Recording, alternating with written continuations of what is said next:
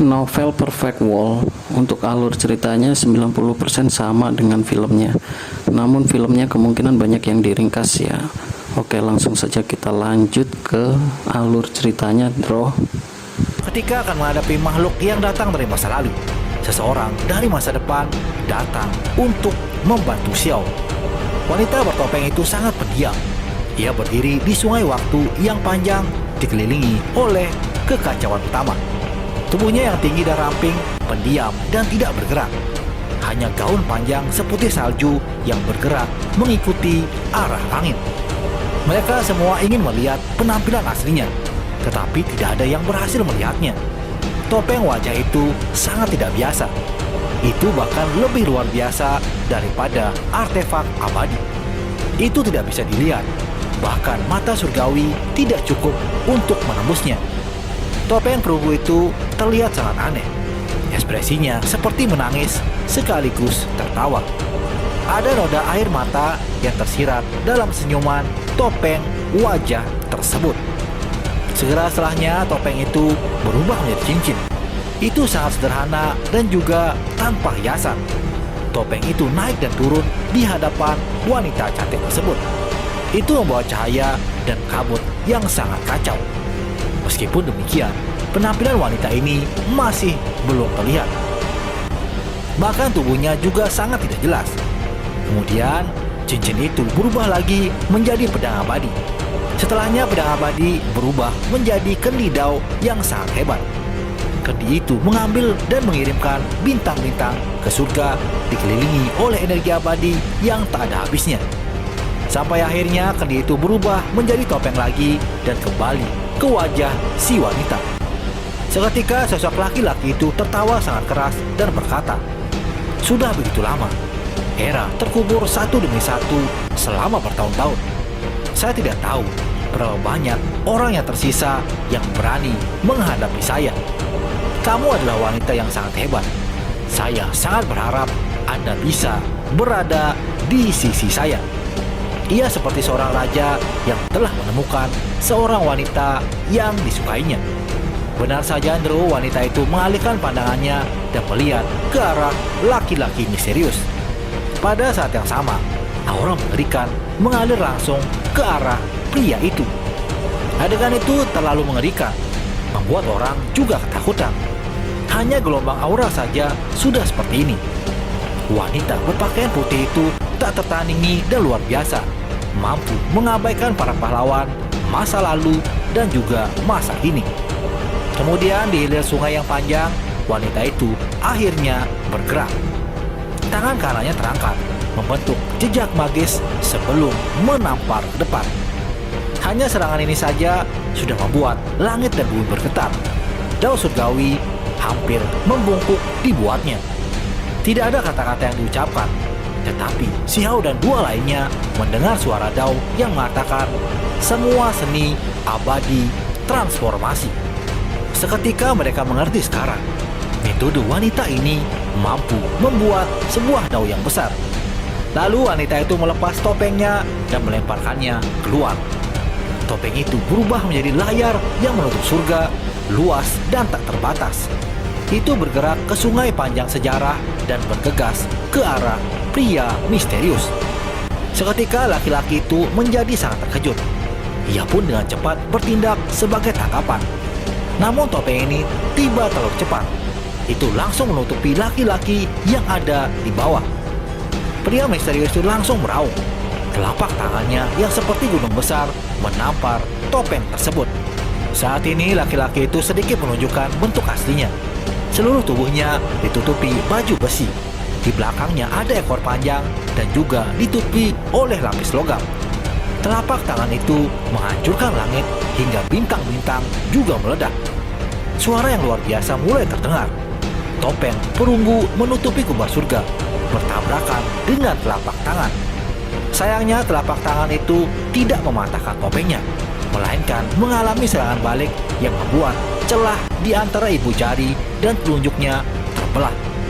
Akibatnya darah merah yang cerah muncul dari sana. Tak disangka laki-laki itu meletus dengan kekuatan lagi. Telapak tangannya bersinar hingga topeng perunggu itu mulai bergetar. Laki-laki itu menunjukkan metode tinju yang tak tertandingi. Semua serangannya berkumpul bersama untuk membombardir langit. Tak lama topeng perunggu mulai melepaskan cahaya abadi. Selain itu, tetesan air mata meluncur ke tanah dan kemudian dengan cepat meluas. Ketika mendarat, itu sudah berubah menjadi lautan. Setetes air mata berubah menjadi lautan dan laut biru ini jernih seperti berlian. Laki-laki yang berdiri di bawah langsung ditelan oleh laut dan benar-benar tenggelam. Seketika seluruh tubuh laki-laki itu langsung bersinar. Ia membentuk jejak magis lagi dan melepaskan serangan paling ganas. Helai demi helai energi kacau mulai melonjak. Rantai tatanan ilahi seperti jaring laba-laba terjalin di udara. Pada akhirnya, lubang hitam mengatur dirinya sendiri dan terus membuka. Seperti raungan marah dari binatang buas, laki-laki itu berjuang bebas dan meledakkan beberapa bintang. Ia bahkan membawa kubah surgawi itu mulai redup dan hendak memutuskan sungai panjang sejarah. Saat ini laki-laki itu berdiri di atas sungai waktu. Tubuhnya bergetar hebat dengan mulut mengaum terus-menerus. Dengan suara ledakan yang hebat, tubuhnya seperti terbakar, membuat semua air menguap berubah menjadi kabut putih. Kemudian ekornya melesat ke langit seperti tombak perang menusuk ke arah topeng perunggu. Sementara itu, topeng wajah dengan cepat bergerak dan ia bertabrakan lagi dengan ekor itu. Suara kebisingan mulai terdengar dan menyakitkan telinga. Lalu topeng wajah perunggu bergerak di sepanjang sungai waktu, terbang menuju wanita berpakaian putih lagi. Pada saat itulah laki-laki itu berkata, "Kamu pikir kamu akan pergi kemana?" Ia turun di sepanjang sungai waktu mengejar topeng perunggu itu. Namun saat kemudian topeng itu tiba-tiba berhenti. Terlebih lagi saat ini dia melepaskan cahaya yang berubah menjadi pedang abadi. Pedang ini menerjang ke depan ke arah laki-laki misterius. Percikan terbang ke segala arah. Pedang dan ekor yang tertutup armor bertabrakan hingga memenuhi langit. Keduanya bertarung sengit hingga darah menetes dari ekor itu. Nyatanya meskipun ekornya ditutupi oleh baju besi, masih ada celah yang terbuka. Kemudian pria itu berkata lagi, "Kamu pikir darahku bisa ditumpahkan tanpa alasan?" Suaranya tidak terlalu rendah, melainkan seperti guntur dan membawa suara gemuruh. Darah yang berserakan tanpa disadari telah mengalir di sepanjang sungai waktu. Darah itu berubah menjadi simbol yang gemerlap. Mereka muncul di lingkungan wanita berpakaian putih, membentuk formasi pembunuhan yang mengejutkan. Pada saat ini temperamen pria itu langsung berubah. Auranya menjadi berkali-kali lipat lebih kuat. Tak diduga wanita berpakaian putih itu akhirnya bicara dan berkata, "Kamu terlalu banyak berpikir." Ia sangat tenang seperti peri dari dunia lain. Hanya saja di bawah jenis ketenangan ini ada kekaguman yang luar biasa yang tidak bisa dinodai. Saat kata-katanya terdengar, pedang abadi bergerak dan memotong kekosongan. Cahaya pedang ini tersebar, berubah menjadi ratusan hingga ribuan garis. Semuanya mendarat di tubuh pria itu. Tepat pada saat ini, tubuh pria itu bergetar sangat hebat. Semua jenis metode rahasia ditampilkan pada saat yang sama untuk menahan pancaran pedang. Namun ia masih tidak bisa melindungi seluruh tubuhnya. Armor emas abadi di tubuhnya terus-menerus pecah. Sepotong demi sepotong mulai terlepas. Darah menyembur keluar dari tubuhnya lagi dan lagi. Ini adalah satu set pakaian pertempuran abadi yang langka. Namun sekarang itu telah diretas. Ada beberapa ratus sertakan dan semuanya mengeluarkan darah. Ketika pedang itu menyerang lagi, laki-laki seperti raja itu diretas dalam keadaan yang menyedihkan. Tubuhnya ditutupi bekas pedang dan terus-menerus mengambil langkah mundur. Semakin banyak darah yang mengalir dariku, semakin menyedihkan bagi lawanku. Pria misterius itu kembali berkata dengan dingin. Ia tidak merasakan kekalahan, malah menjadi semakin ganas. Darah bercampur dengan sungai waktu yang panjang bergerak ke bawah, semakin banyak dilepaskan dengan cara ini. Semuanya berkumpul di lingkungan wanita berpakaian putih, berubah menjadi pola yang paling kompleks, membangun formasi pembunuhan yang sangat ganas. Lantas wanita berpakaian putih itu pun mengangkat tangannya, menghaburkan sebagian darah tersebut. Namun ini tidak menghilangkan semuanya. Darah berkumpul lagi setelah berserakan. Kemudian laki-laki itu berkata, "Aku tak terpadamkan oleh apapun. Aku akan membatasimu dalam hidup ini." Kata-kata dingin ini bergema di atas sungai waktu. Sementara itu, wanita berpakaian putih masih sama sekali acuh tak acuh. Namun kali ini, tangannya membentuk jejak dan sinar cahaya mengembun seperti kendi. Mulut kendi itu bersinar, melepaskan kecemerlangan tanpa air. Semuanya meledak ke arah darah itu dan membuatnya menguap hingga membakarnya. Seketika laki-laki itu langsung terkejut. Tubuhnya mulai bergetar hebat. Ia menampilkan metode rahasia terlarang yang paling kuat dan mulai menyerang. Pada saat yang sama, wanita berpakaian putih memanggil kembali pedang abadinya. Cahaya pedang menahan dirinya. Pedang abadi mengambil bentuk dan menjadi kendi yang berharga lagi. Simbol indah menutupi permukaannya. Kabut kacau dan cahaya abadi terus mengalir keluar dari lubang kendi. Kali ini kendi yang berharga tidak lagi melepaskan kekuatan suci, melainkan mulai melahap dan menyedot. Cahaya darah yang memenuhi langit serta kemampuan suci dan teknik rahasia pihak lain terkumpul di dalamnya. Seketika ekspresi pria itu langsung berubah. Tubuhnya bergetar lagi. Itu karena ia terkejut mengetahui bahwa semua luka di tubuhnya sudah terbuka. Darah mengalir keluar seperti air terjun menuju kendi berharga itu. Dia tahu bahwa wanita ini menggunakan tindakan untuk membalas kata-katanya. Ia telah mengatakan bahwa semakin banyak darah yang mengalir, maka semakin buruk bagi musuh-musuhnya. Tetapi sekarang wanita berpakaian putih ini malah membalikkan kata-katanya sendiri. Laki-laki itu berteriak hebat agar semuanya berhenti. Namun sebuah dengusan dingin dari wanita bertopeng itu mulai terdengar. Segera setelahnya, laki-laki ini dikejutkan karena seluruh tubuhnya terbang keluar. Armor yang menutupi tubuhnya benar-benar pecah dan menabrak sungai waktu. Itu adalah armor emas abadi yang sangat hebat. Namun kini telah meledak karena kekuatan dari pihak lain. Di kejauhan, laki-laki itu mengeluarkan raungan yang marah. Ia tidak mau menerima kesimpulan ini. Sambil membawa niat membunuh, ia dihempaskan ke sumber sungai panjang sejarah. Seluruh tubuhnya mulai retak dan akan pecah berkeping-keping. Ia pun mencoba mengoperasikan kemampuan ilahi yang paling hebat. Ia akan menampilkan seni surgawi kuno yang bisa menghentikan momentum ini. Namun hal itu tidak berjalan lancar. Di hulu sungai waktu yang panjang, wanita berpakaian putih memegang kendi berharga di tangannya. Pada saat ini kekuatan kesengsaraan abadi mulai melonjak. Jenis kesengsaraan abadi lebih dikenal sebagai bencana pemberantasan abadi. Setelah letusan kendi yang hebat, cahayanya yang tak ada habisnya benar-benar memurnikan esensi darah dari tubuh pria itu. Lantas kendi ini menggunakannya sebagai jenis pengisian untuk melepaskan serangan. Akibatnya semua simbol yang dikumpulkan oleh laki-laki itu langsung tersebar. Seni surgawi kunonya tidak dapat ditampilkan. Ia melepaskan tangisan yang keras. Tubuhnya benar-benar hancur hingga berkeping-keping. Sisa darah berhamburan di sungai waktu. Ia tidak lagi memiliki kesombongan yang ditampilkan sebelumnya. Xiao merasa ini agak sulit dipercaya.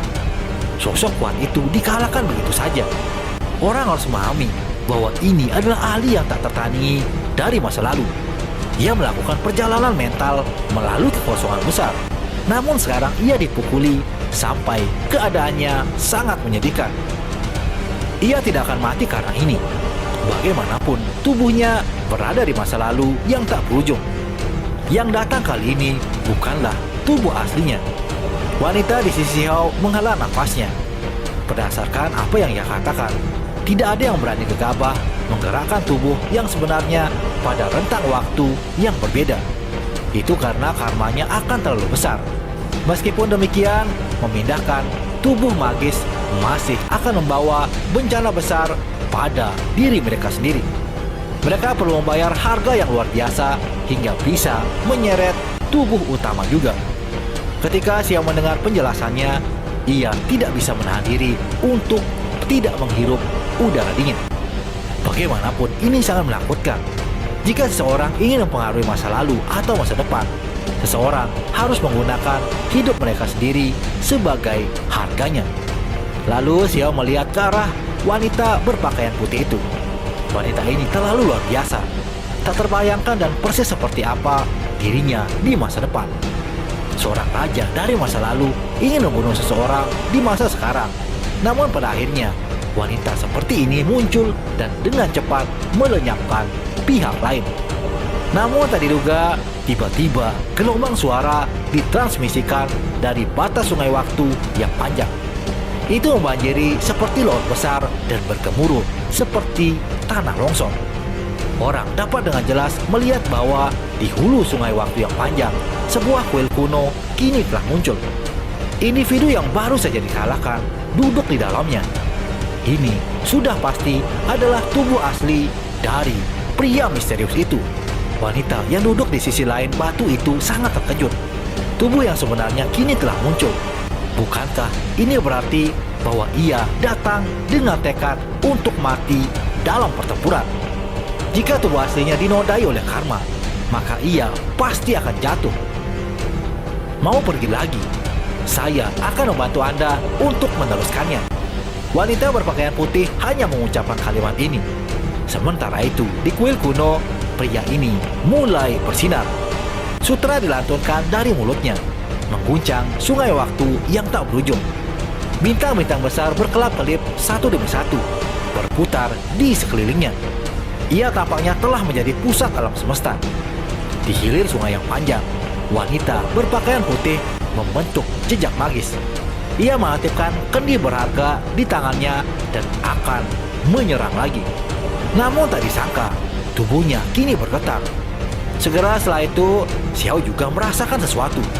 Ia mulai menggigil ketakutan. Ia merasa seolah-olah jiwanya akan memudar. Tidak bisa bergerak satu langkah pun.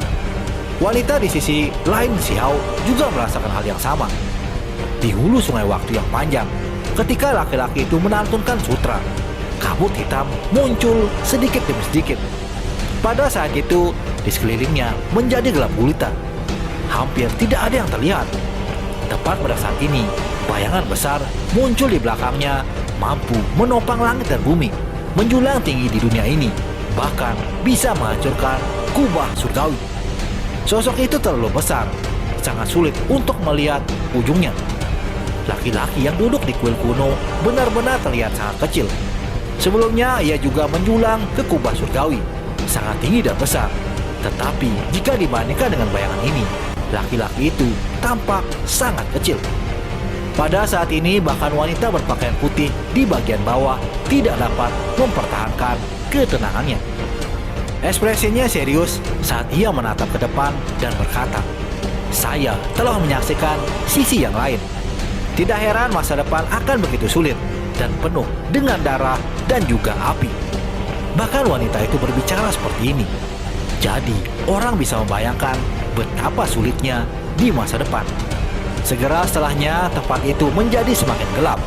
Kabut hitam yang turun dari langit semakin pekat. Itu hampir membentuk sosok hitam kedua yang sama besarnya dengan yang pertama. Terlebih lagi bayangan pertama mulai bergerak. Sosok ini akan membantai jalannya. Sementara itu wanita berpakaian putih mengoperasikan seni surgawi yang sangat menakutkan. Seluruh tubuhnya bersinar. Sosok lain secara tak terduga keluar dari tubuhnya sendiri. Ia melayang di atasnya dan terus-menerus membentuk jejak. Itu tampak seperti kelahiran kembali, menciptakan kembali diri sejati yang melampaui dirinya sendiri. Sesaat kemudian ia menunjukkan serangan paling kuat ke depan. Langit runtuh, sungai waktu yang panjang mulai bergerak. Bintang-bintang sejarah jatuh satu demi satu. Ia mengambil tindakan dengan kekuatan penuh, terus-menerus membentuk jejak untuk menyerang. Akhirnya sungai panjang sejarah tampaknya telah lepas kendali, melonjak dengan ganas dalam kekacauan mutlak. Ini sudah berarti bahwa semuanya sekarang akan menjadi sangat kacau. Ketika keadaan semakin menjadi tenang, di hulu sungai yang panjang, kuil kuno itu mulai menghilang. Sosok bayangan besar tidak lagi terlihat. Kedamaian kembali di tempat itu. Di bagian bawah, darah mengalir keluar dari sudut mulut wanita berpakaian putih. Seketika Xiao bertanya, apa yang terjadi sebenarnya? Baru saja ia tidak bisa melihat kebenarannya sama sekali. Ia tidak mengerti seperti apa situasinya saat ini. Di sisi lain meja batu, wanita itu berpikir dalam hati. Ia kemudian mengerutkan kening dan berkata, wanita itu memutuskan sungai yang panjang, mengganggu masa lalu dan menghentikan kegelapan yang datang. Hanya saja wanita berpakaian putih harus membayar harga yang luar biasa untuk semua ini. Kemudian ia mengerutkan kening lagi, seolah-olah ada sesuatu yang tidak bisa ia mengerti. Di sisi lain, bintik-bintik cahaya berserakan dan membungkus Xiao di dalamnya. Itu seolah-olah memisahkannya dari sungai yang panjang dan tidak membiarkannya ternoda oleh karma. Lantas wanita di samping meja batu berkata, saya sekarang telah mengerti. Ia telah mengambil tindakan untuk membebaskan Anda dan tidak melibatkan Anda dalam konflik. Xiao pun merasa tercengang. Ia menatap wanita berpakaian putih itu dan kemudian melihat ke batas hulu sungai yang panjang. Lantas wanita putih itu berkata, saya akhirnya melihatnya sendiri. Lahir di dunia ini, perjalananmu lebih sulit daripada yang lain. Lebih pahit dari semuanya. Harus menghadapi tahun-tahun tanpa akhir sendirian. Ia berbicara sambil melihat ke arah Xiao. Saat ini, wanita itu sangat tenang. Ia memulihkan auranya yang menyendiri dan juga murni. Diri sejati yang diciptakan telah kembali ke tubuhnya. Suara wanita itu sangatlah lembut, menjadi sangat berbeda dari saat ia bertarung tadi. Ketika ia berbicara dengan Xiao, jelas ada jenis emosi yang khusus. Xiao memikirkan terlalu banyak hal. Jalan di depan terlalu sulit, penuh dengan rintangan yang menyakitkan. Sementara itu, apa yang dilihatnya hanyalah sebuah sudut kecil. Ketika Xiao mendengar kata-kata yang diucapkan oleh wanita berpakaian putih, ia sekaligus merasa kecewa, frustasi, dan juga sedih. Ia tidak ingin melihat masa depan yang pahit, dan pasti tidak ingin akhirnya merasa putus asa. Xiao ingin semua orang di sisinya bisa hidup, dan bukan hanya ditemani oleh dao ilahi sendirian.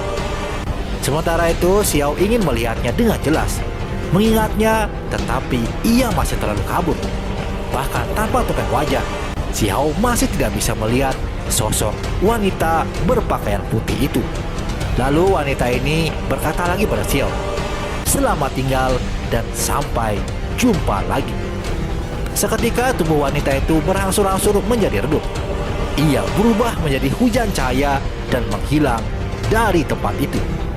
Semuanya menjadi damai kembali.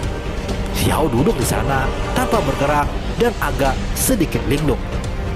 Di sisi lain, wanita di depan Xiao berkata, potongan-potongan emas abadi ini akan diberikan kepadamu.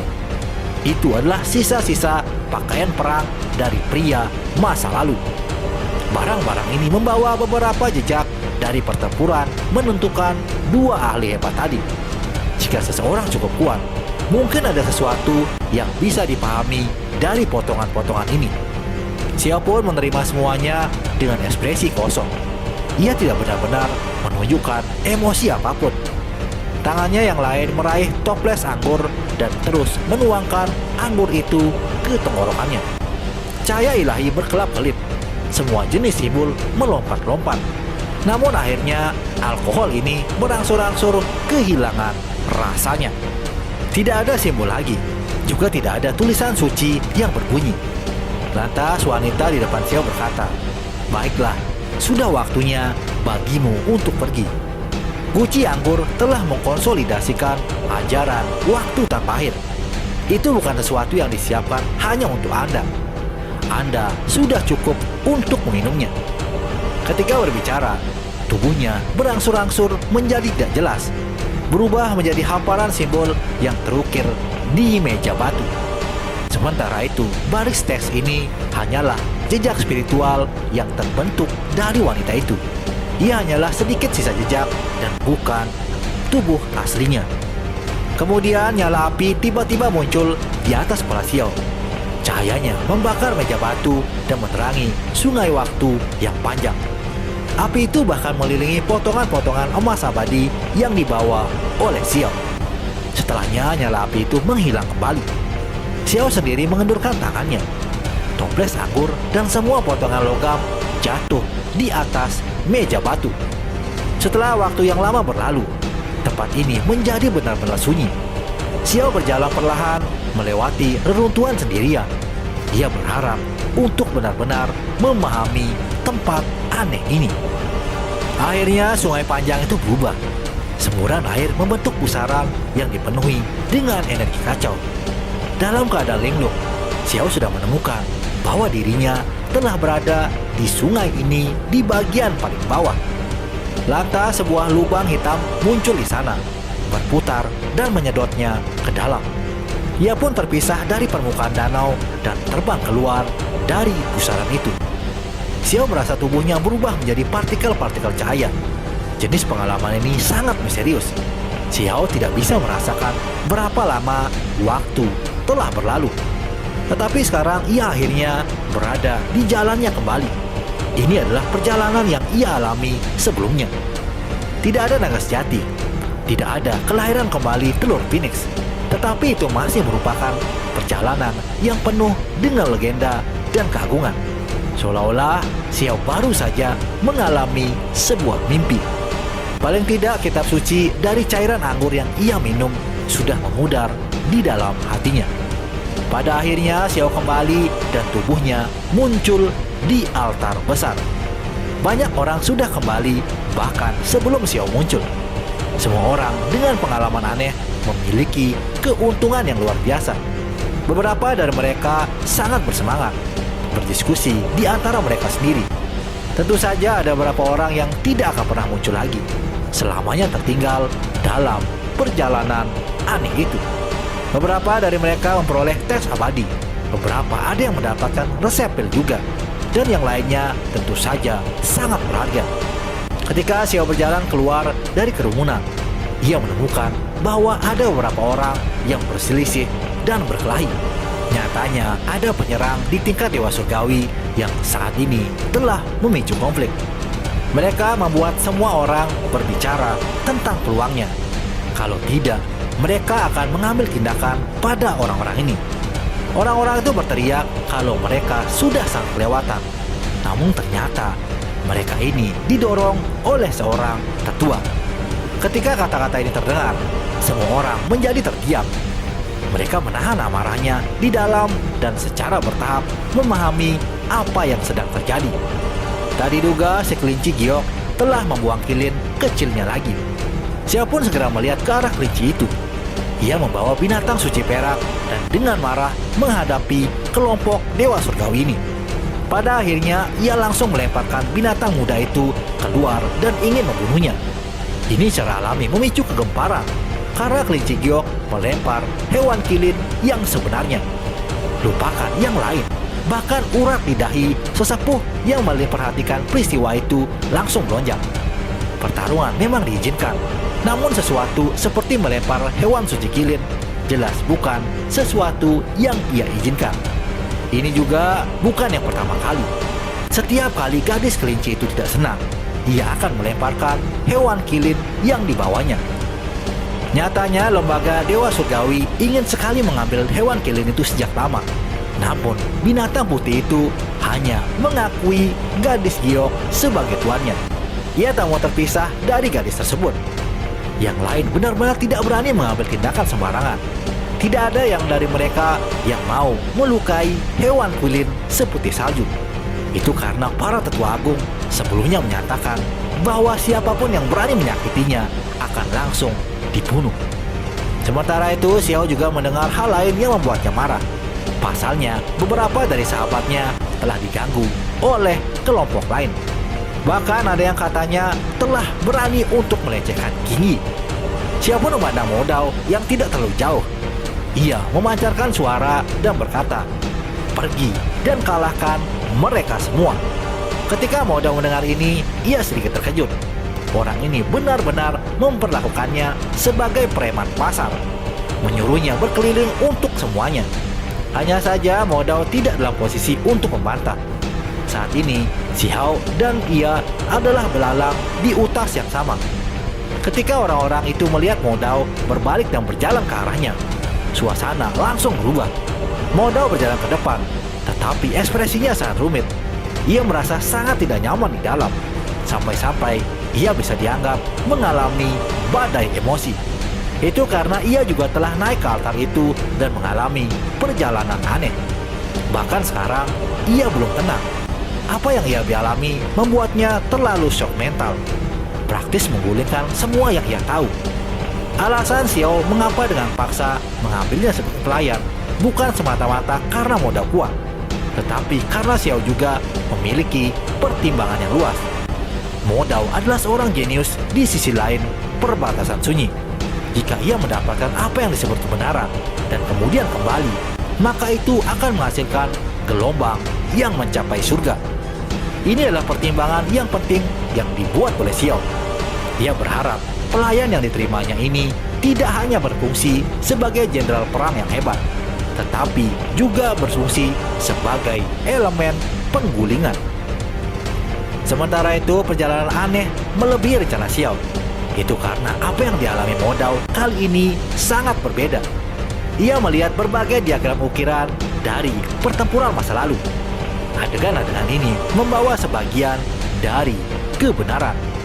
Ukiran dari jejak spiritual yang tersisa itu awalnya ditinggalkan untuk para pahlawan 9 surga 10 bumi, memungkinkan mereka untuk menyaksikan dan mengalami sendiri pertempuran berdarah yang intens dari ras-ras kuno.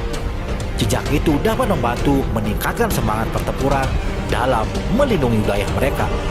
Tentu saja Modao yang berasal dari tempat yang berbeda tidak sepenuhnya percaya. Itu karena ia pikir kata-kata kuno dari 9 surga 10 bumi hanyalah menceritakan kisah sepihak. Dan saat kemudian Modao berkata, "Aku akan berinteraksi dengan kalian semua."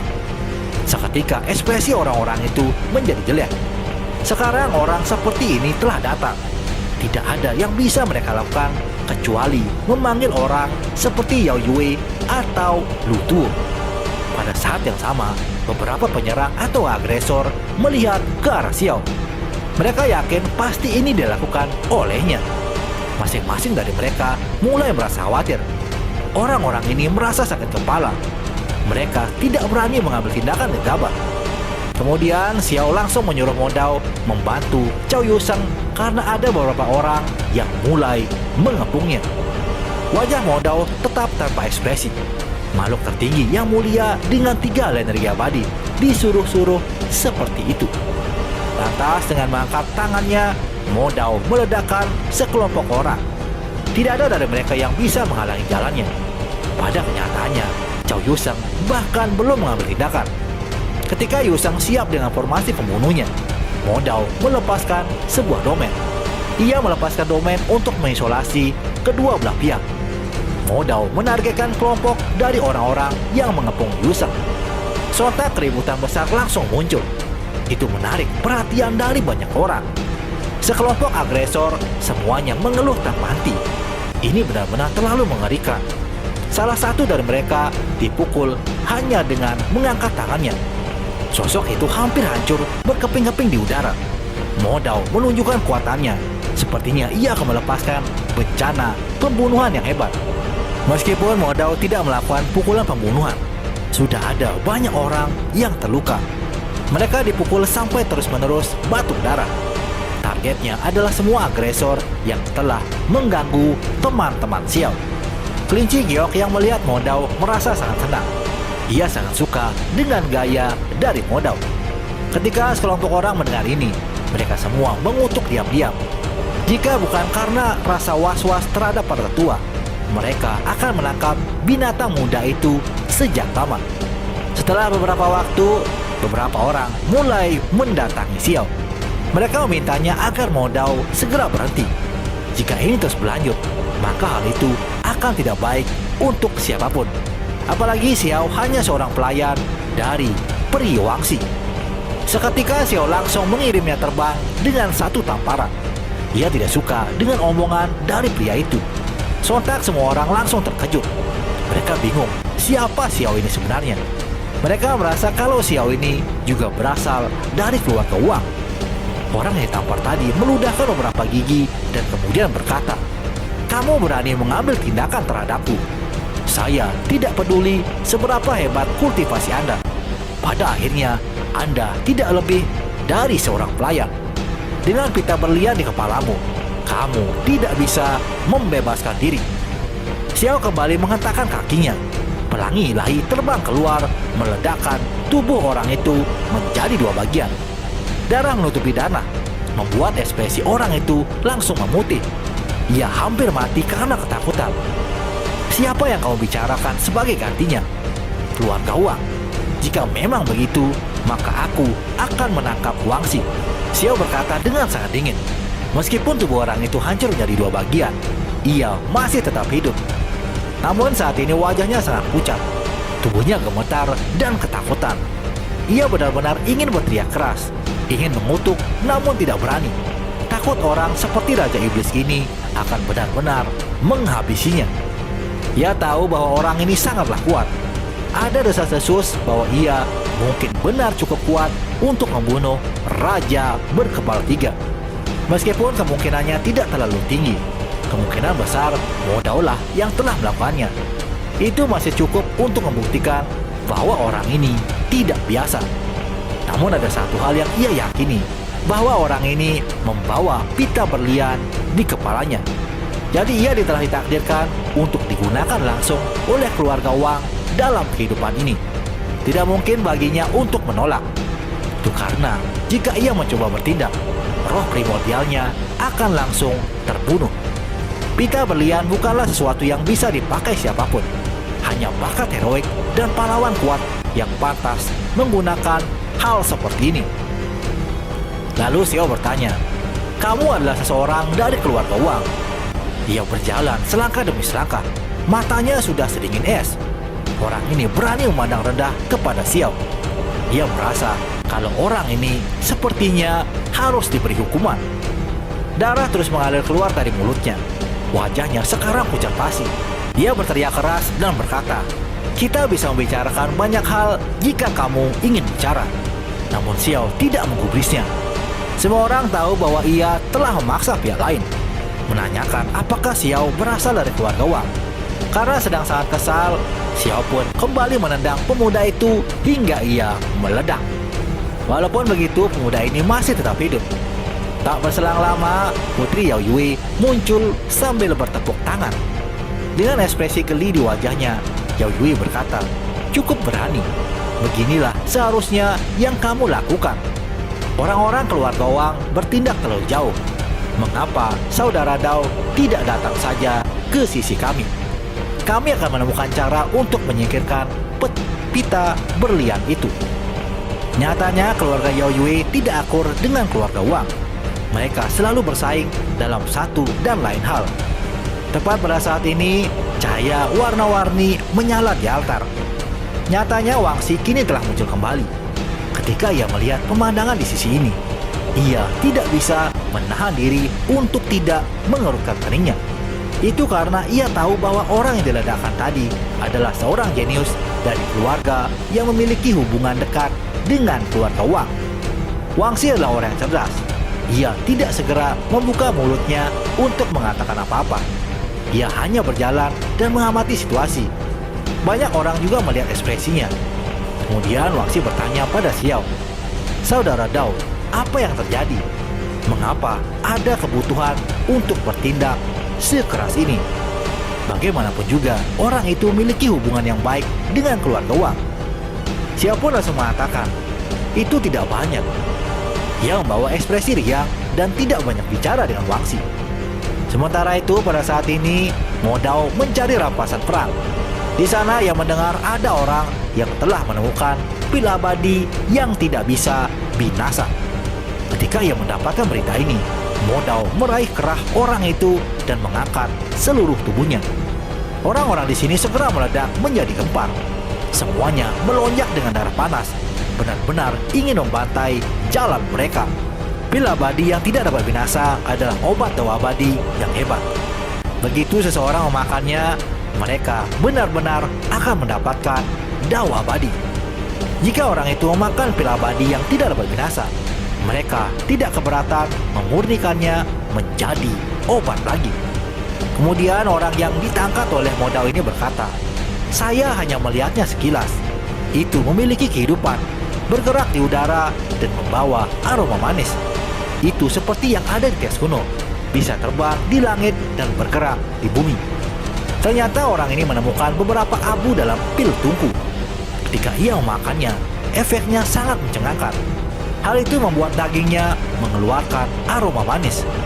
Apa yang paling disayangkan adalah ada pil abadi yang tidak dapat binasa di dalam abu itu. Tetapi ketika ia mengambil tindakan, obat pil itu keluar dan terbang ke langit. Orang ini sangat menyesali semuanya. Seharusnya ia benar-benar menutupi bagian atas tungku itu. Lupakan Modao dan Xiao. Bahkan yang lainnya hanya bisa menghela napas dan menggelengkan kepala. Modao terus berinteraksi di sini. Terlepas dari itu, mereka semua dipukuli hingga babak belur. Ia menanyai mereka satu demi satu, membuat wajahnya menjadi semakin merah. Tak diduga tulisan giok atau kitab giok berwarna ungu kini telah muncul. Siapapun segera melihatnya. Ada tulisan suci terdengar samar-samar di dalamnya. Hal itu membuat Xiao sangat terkejut. Kitab giok ini sama dengan kitab suci giok yang diperolehnya di Immortal Ancient. Setelah digeledah lagi, Modao menemukan satu lagi kitab suci giok. Tiba-tiba suara muncul dari kegelapan dan berkata, "Kitab suci dawa abadi." Dua dari mereka sudah muncul sekaligus. Ini benar-benar berita baik. Nyatanya itu adalah beberapa tetua yang muncul bersama dari kegelapan. Saat ini Xiao dan Modao sama-sama memegang satu salingannya. Wajah mereka jatuh saat mereka melihat para tetua ini. Bagaimana mereka bisa rela menyerahkan hal-hal yang baru saja mereka dapatkan?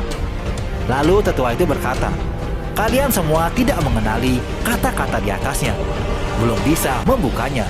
Biarkan kami menyimpannya untuk Anda terlebih dahulu. Ketika kami kembali ke akademi, kami akan memberi Anda hadiah yang besar." Ekspresi Xiao langsung berubah.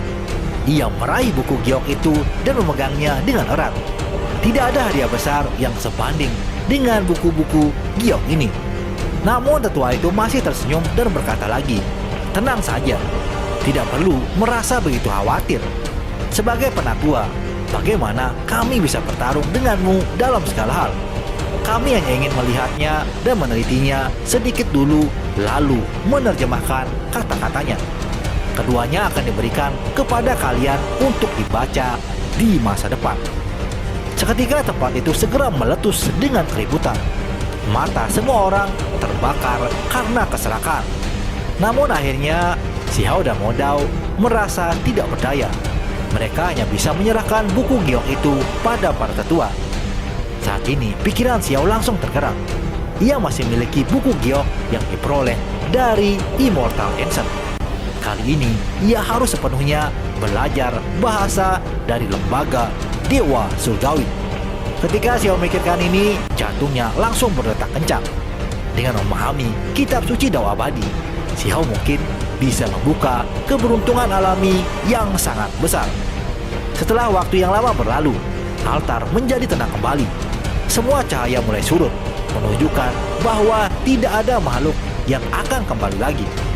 Kemudian seorang tetua menampilkan sebuah metode rahasia. Jalan emas besar yang terbentang luas tiba di tepi benua ini. Semua orang terbungkus di dalamnya, bergegas melalui jalan emas besar dan terbang ke kejauhan. Kemudian mereka tiba di depan kapal perang kuno. Mereka yang masih hidup semuanya naik ke kapal dan mulai untuk kembali. Aliran bintang berlalu satu demi satu. Kapal perang besar itu bergerak melintasi kosmos, membawa sekelompok orang pergi ke kejauhan. Sebelum mereka pergi, sosok gelap muncul di benua besar dan berkata, buku-buku Giok Dao abadi dari berbagai kekuatan semuanya muncul satu demi satu. Era yang hebat akan dimulai. Akankah berakhir dengan suram atau akan berakhir dengan cemerlang?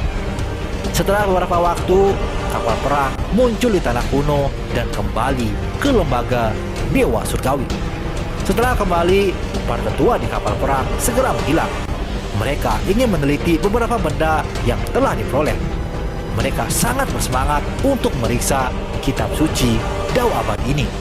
Pada kenyataannya, tidak semua orang pergi ke Immortal Battlefield. Ketika mereka mendengar berita ini, mereka semua langsung tercengang. Kedatangan Modao juga menjadi topik hangat di lembaga Dewa Surgawi.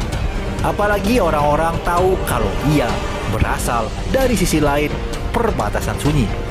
Berita mulai menyebar seperti orang gila, memicu diskusi hangat.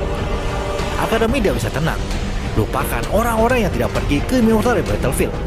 Bahkan para pembudidaya yang kembali juga terkejut. Setelah mendengar tentang semua jenis rahasia, mereka menjadi penuh dengan kecemburuan. Orang yang diduga membunuh Raja Berkepala Tiga dibawa pergi oleh sesepuh. Ia akan diinterogasi secara langsung. Saat ini, Xiao dibawa pergi dan memasuki tempat pengasingan dari sesepuh. Hanya ia keluar lagi setelah waktu yang cukup lama. Yang lain tidak tahu apa yang mereka diskusikan. Dari saat ia datang ke sini hingga saat ia dibawa keluar lagi, semua jenis rumor telah menyebar ke mana-mana. Ketika Xiao kembali, ia tidak banyak bicara, malah tetap sangat tenang, duduk di tempat tinggalnya sendiri. Ia memahami Dao dan berkultivasi di puncak gunung yang megah. Semakin tenang Xiao, semakin penasaran orang lain melihatnya. Mereka semua ingin tahu apa yang sebenarnya terjadi. Akibatnya, banyak murid dari lembaga Dewa Surgawi mengunjungi Gua Wangxi untuk memahami apa yang sedang terjadi. Semua orang sangat ingin tahu siapa Xiao sebenarnya. Ia mengambil Modao yang memiliki 3 helai energi abadi sebagai pelayannya. Dan diduga ia juga telah membunuh makhluk Void Beast. Ia juga seorang pembudidaya tubuh yang mencapai tingkat yang paling ekstrim. Kemudian gangguan menjadi lebih intens lagi. Ada orang yang mengatakan bahwa para tetua telah merilis informasi bahwa Raja Berkepala Tiga memang telah dibunuh oleh Xiao. Pada saat yang sama, beberapa informasi mengejutkan lainnya juga menyebar. Makhluk muda tertinggi dari klan angin telah terbunuh. Ketika Xiao mendengar berita ini, ia hanya tertawa dingin. Pada kenyataannya, jika itu gangguannya berlanjut, segalanya akan menjadi sangat merepotkan. Ada beberapa hal lain juga, misalnya fakta bahwa keturunan Yuan King yang sangat ia benci juga telah ia bunuh. Tentu saja selama proses ini, ada orang lain yang mengatakan bahwa tidak mungkin Xiao yang melakukan itu semua. Kemungkinan besar hal itu dilakukan oleh Modao. Sementara itu, alasan mengapa Xiao bisa menaklukkan Modao juga telah diklarifikasi. Itu karena keduanya memiliki kesepakatan awal sebelum mereka bertarung satu sama lain. Namun karena Xiao seorang kultivator tubuh, maka ia dapat unggul dalam kesepakatan itu. Setelah era Agung Kuno Abadi berlalu, ini adalah interaksi pertama antara orang-orang 9 surga 10 bumi dengan makhluk-makhluk dari sisi lain. Apalagi kini seseorang individu dari sisi itu dibawa hidup-hidup. Efek dari ini sangat mendalam dan jauh jangkauannya. Banyak kekuatan ingin mendapatkan Modao dan mencari tahu misteri sisi lain dari mulutnya sendiri. Ini adalah buku berharga yang sangat hidup. Informasi yang diperoleh dari mulutnya bisa diubah menjadi nilai besar dan juga kekuatan. Jelas bahwa lembaga Dewa Surgawi mengambil tindakan terlebih dahulu. Itu karena Modao tepatnya berada di akademi. Bagaimana orang-orang tua aneh itu bisa melepaskan kesempatan ini? Seseorang harus ingat bahwa seorang penatua telah mencari Xiao sambil tersenyum. Dan kemudian ia langsung membawa Modao pergi dari tempatnya. Xiao sebelumnya telah memprotes, tetapi ia mencapai kompromi pada akhirnya.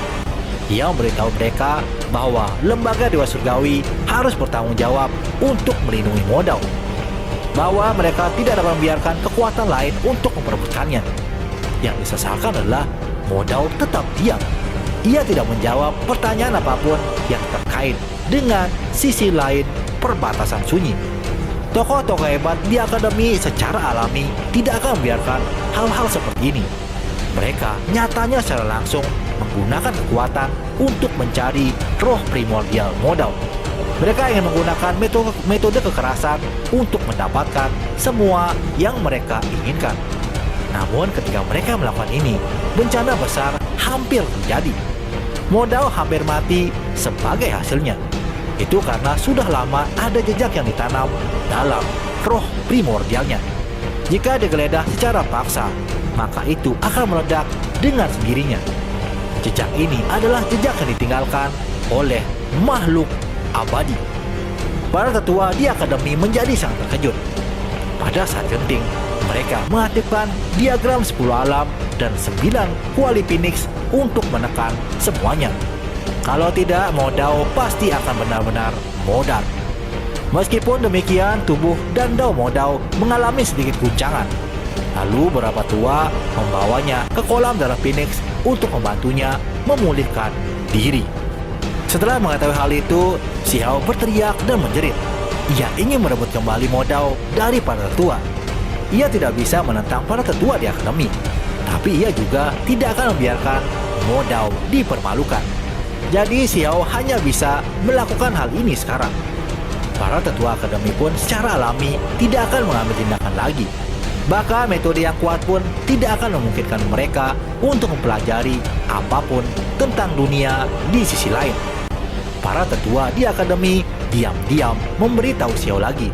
Mereka memintanya untuk mengambil tindakan secara rahasia. Mereka meminta Xiao untuk mendapatkan dan mengorek informasi berharga dari modal. Tokoh-tokoh besar lembaga Dewa Surgawi tidak dapat mengambil tindakan sekarang. Tetapi kekuatan dunia luar masih merindukan modal. Mata mereka penuh dengan keinginan. Selama periode waktu ini, semakin banyak orang datang untuk mendiskusikan berbagai hal dengan Xiao. Harus dikatakan bahwa berurusan dengan semua ini cukup melelahkan.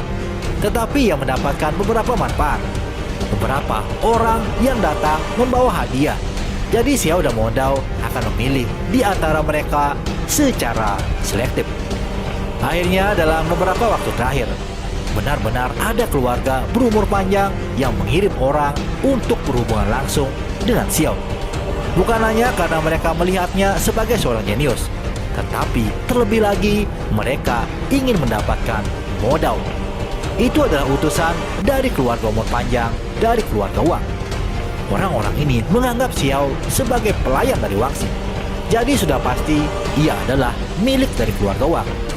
Walaupun mereka tidak mengatakannya secara langsung, Xiao sudah mengetahuinya dari mata surgawi. Orang-orang ini menyembunyikannya dengan baik. Orang normal tidak akan merasakan diskriminasi seperti itu. Tetapi mata Xiao selalu berkedip dan indera ilahinya juga tajam. Jadi ia bisa melihat semuanya dengan jelas. Mereka tidak bisa menyembunyikan apapun darinya. Terlepas dari ini, yang membuat Xiao tidak nyaman adalah ia melihat orang-orang yang pernah ia temui sebelumnya. Mereka adalah orang-orang dari keluarga Wang yang sebelumnya memaksa Xiao masuk ke tambang kuno Origin.